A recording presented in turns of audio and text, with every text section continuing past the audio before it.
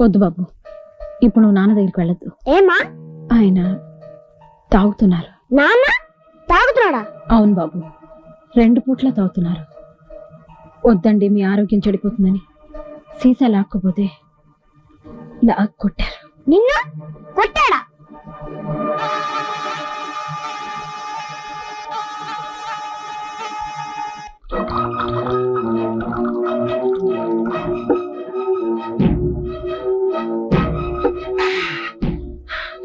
ఎరా కొత్త అలవాట్లు నేర్చుకుంటున్నావుట? ఏ నువ్వు నేర్చుకోవడం లేదా? మాటకి మాట ఎదురు చెప్తున్నావు రాస్కెల్. బాగుపడాలని లేదా? నీకు బాగుపడడం లేదా?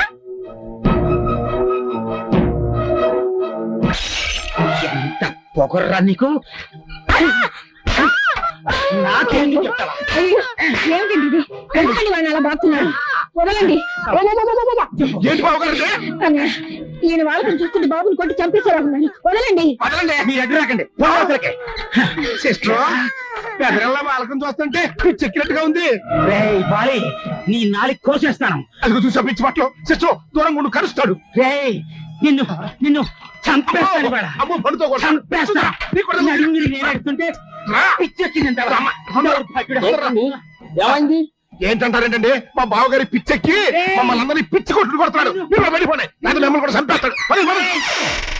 నాకు దేవత, తండ్రి కొట్టిన దెబ్బలకు తట్టుకోలేక నా బిడ్డ 3 రోజులుగా మూసిన కన్ను తెరవకుండా పడున్నాడు. వెండి కాపాడు తల్లి, నా బాబుని బ్రతికించు. కావాలంటే నా కడుపులో పెరుగుతున్న బిడ్డని బలి తీసుకో. వీడికి ఏదైనా అయితే నేను బ్రతకలేను. నా బిడ్డను బ్రతికించు.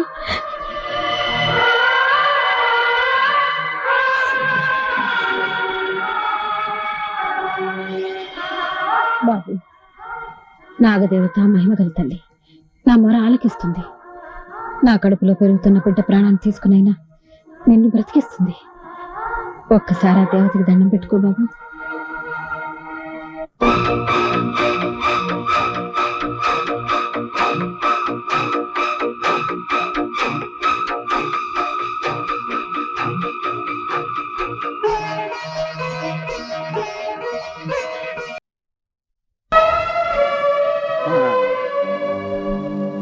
బాబు గారు, మీకు ఇష్టమైన వంటలు చేసి తీసుకొచ్చా. అమ్మగారు వచ్చేలోగా వేగి తినేయండి. నా ఇంట్లో నేను దొంగలా అన్నం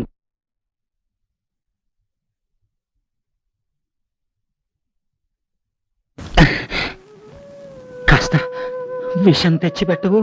బాబు గారు, అవునే, నన్ను చావకుండా లేవకుండా చేసి పైగా పిచ్చివాడిగా ముద్ర వేసి ఈ గదిలో పడేశారు ఆ రాక్షసులు. దానికి కూడా నేను బాధపడలేదు. కానీ ఆ నీచురాలి మాటలు నమ్మి నా కన్న కొడుకు కూడా నన్ను పిచ్చివాడిగా చూస్తున్నాడు. అదే అదే నా గుండెల్ని కాల్చేస్తోంది. బాధపడకండి అయ్యా. ఏదో రోజు అబ్బాయి గారు నిజం తెలుసుకుంటారు. మీకు మళ్ళీ మంచి రోజులు వస్తాయి. తినండి. ఏ ఇంట్లో చేత్తో పని చేయాలి, నోటితో కాదు.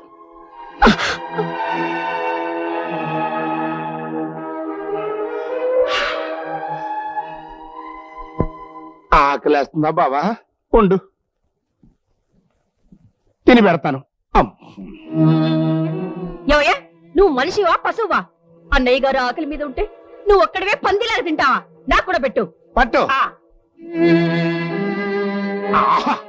ఓ బావా, ఏ గుడ్డు కన్నా కోడో గానీ సూపరా. నువ్వు కూడా తింది కానీ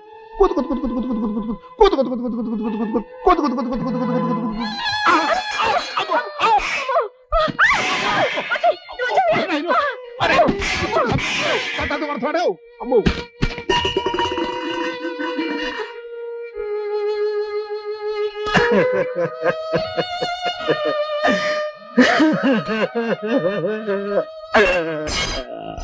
అమ్మా, నేను సాయంత్రం బయలుదేరతాను.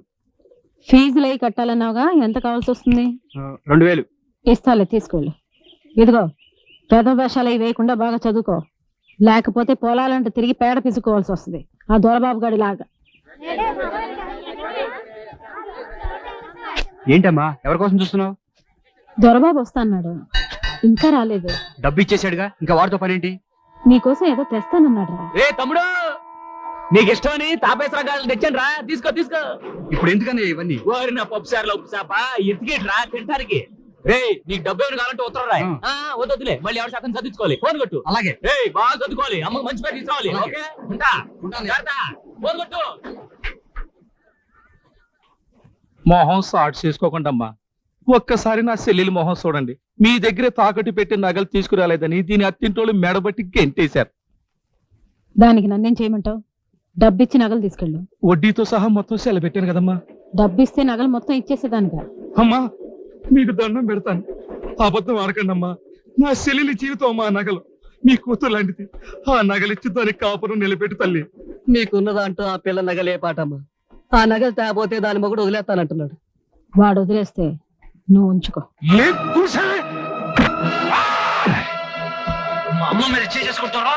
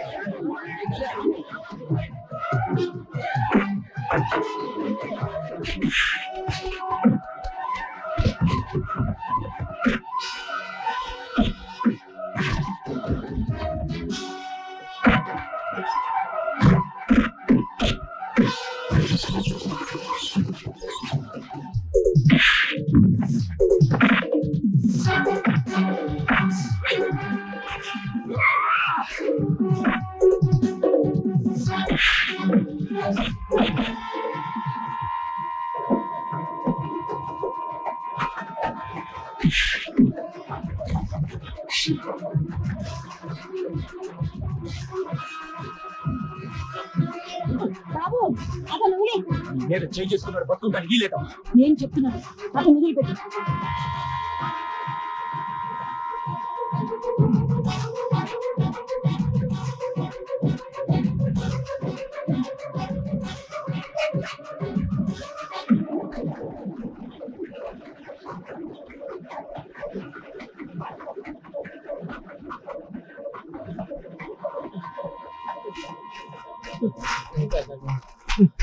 ఇదేంటయ్యా బాబు, ఆ దొరబాబు సంపెత్తుంటే నువ్వు చెప్పొచ్చు కదా అమ్మ చేసిన మోసం.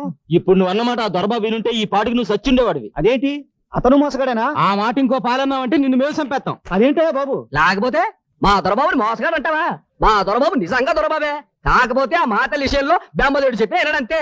ఆవిడెంత అంటే అంత అలా పెంచింది మరి. అదేంటి? అదేంట మరి ఒరిసేలో పెళ్ళికొడుకు వస్తున్నారు రావే.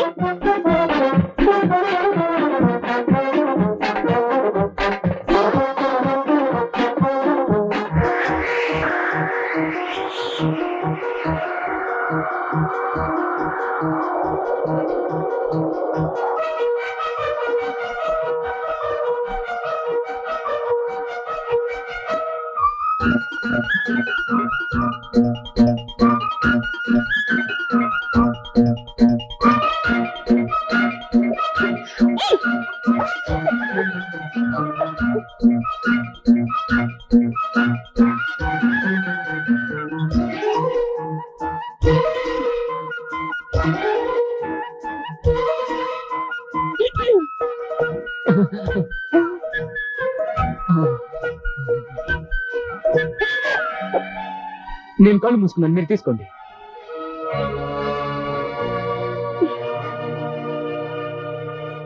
వసిన సద్దన్నంలో ఆవకాయ పత్త